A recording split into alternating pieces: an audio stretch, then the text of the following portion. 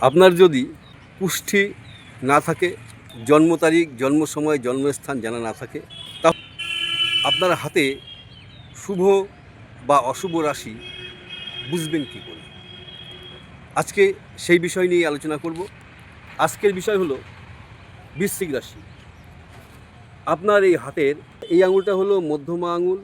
এই মধ্যমা আঙুলের এই জায়গাটা হলো বৃশ্চিক রাশির স্থান। এই বৃশ্চিক রাশির স্থান যদি উন্নত, সুগঠিত, সুস্পষ্ট, সুডোল সুগোল হয় এবং কাটাকুটি থাকবে না, তিল থাকবে না এবং নিচু থাকবে না, তাহলে বুঝতে হবে যে সেই জাতকের হাতে বৃশ্চিক রাশির স্থান শুভ। বৃশ্চিক রাশির স্থান যদি শুভ হয় তাহলে কি ফল লাভ হবে জেনে নিন। জাতক হবে সুশীল, কলাবিদ্যায় নিপুণ হবে, তীর্থ ভ্রমণে উৎসাহী হবে, সে বিলাসী, পরোপকারী, সৎ পথ অবলম্বনকারী হয়ে থাকবে, সে ঐশ্বর্যশালী লোক হবে। যদি সেই জাতক স্বল্পভাষী এবং দৃঢ় প্রতিজ্ঞ হয় তাহলে নিজ আত্মপ্রতিষ্ঠায় মগ্ন থাকবে।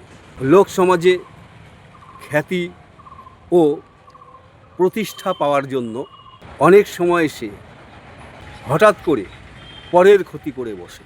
সে লোকনিন্দার ভয় করে না, সেই ভাব বাইরে প্রকাশ করে না। বাহ্যিক ব্যবহারে লোকে তাকে সরল, উদার, পরহিতব্রতী, উচ্চ স্তরের মানুষ বলে ভাবতে পারে। সাধারণ লোক তার বিষয়ে কিছুই বুঝে উঠতে পারে না।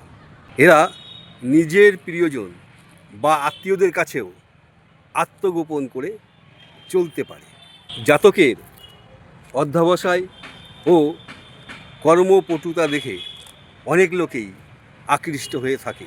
সেই আত্মীয়দের সে নিজের কথাবার্তা বলে পরিচালিত করতে পারে। সহজ কথাবার্তা ও বক্তৃতার দ্বারা জনসমাজে লোকের মন জয় করতে পারে।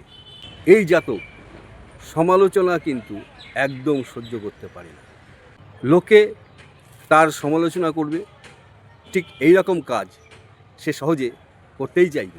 লোকনিন্দার ভয়ে সে অনেক ভালো ভালো শুভ কাজও সে এড়িয়ে চলতে পারে, ত্যাগও করতে পারে। এই জাতক খুবই প্রশংসা প্রিয় হয়। এই জাতককে শুধু স্তুতি বাক্য দিয়ে সন্তুষ্ট করা কঠিন। যদি তার স্বার্থ জড়িত থাকে তাহলে কিন্তু সে সন্তুষ্ট হবে।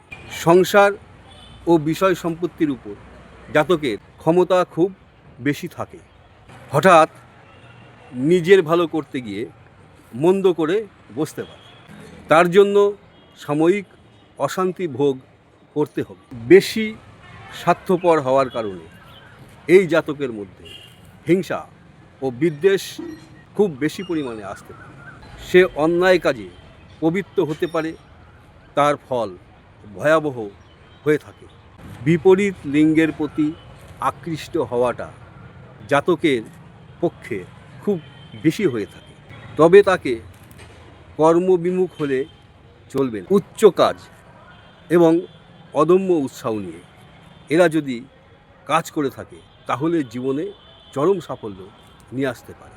জাতক তার পরিবারবর্গকে নিজের নিয়ন্ত্রণে রাখার জন্য সবসময় সচেষ্ট থাকে। তার মতের বাইরে এক পাও যেতে পারবে না। স্ত্রী হলে স্বামী বা স্বামী হলে স্ত্রী তার আজ্ঞাবহ। এই জাতকে পরের দোষ ত্রুটি খুঁজে বার করার প্রবণতা থাকবে। এই বিষয়টা জাতকের পক্ষে কিন্তু অশুভ হবে। নিজ কর্মে তাড়াতাড়ি সাফল্য পাওয়ার আশা এই জাতকদের মধ্যে খুব বেশি থাকে।